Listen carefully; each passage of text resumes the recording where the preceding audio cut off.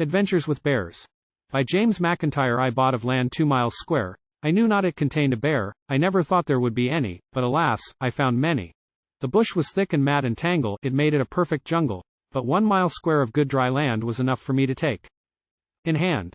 Swamp I could reach, but when frozen, then I saw bears by the dozen, thick as monkeys in Africa, and many a strange trick I saw, gamboling with the greatest ease, high up the trunks of the big trees, while some were swinging from branches and hanging on them with their haunches.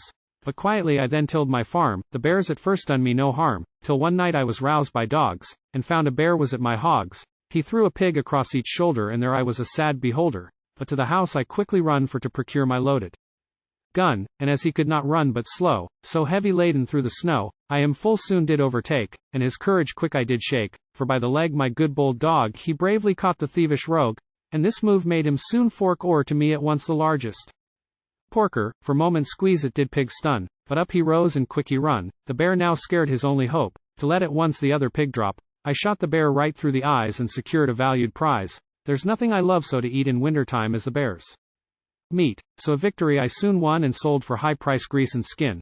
The bears on honey love to thrive. One morn was wrecked my best beehive. That day I was to sell the honey for to raise some ready money. But bear my views he did despise and proudly carried off the prize.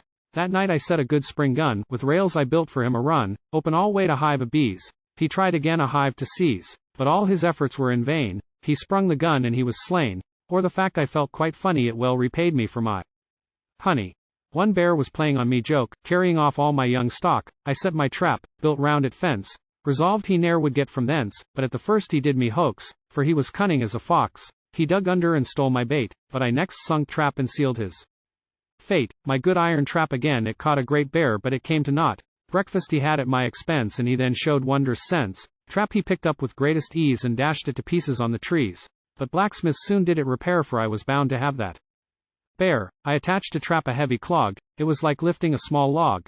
I drove in it some sharp iron spikes which would cut deep each time he strikes. He tried again to steal my bait and break my trap at the old rate, but he soon dashed out his own brains. His carcass had brought me great gains. A neighbor man who would not work, I thought that he did steal my pork, but at last I found long black hairs. Then I knew it was the bear's. I put through barrels rods of iron so they a bare neck would environ, and rods together they would snap. I found him choked quite dead in trap. Since then my strife with bears did cease. Now many years have lived in peace.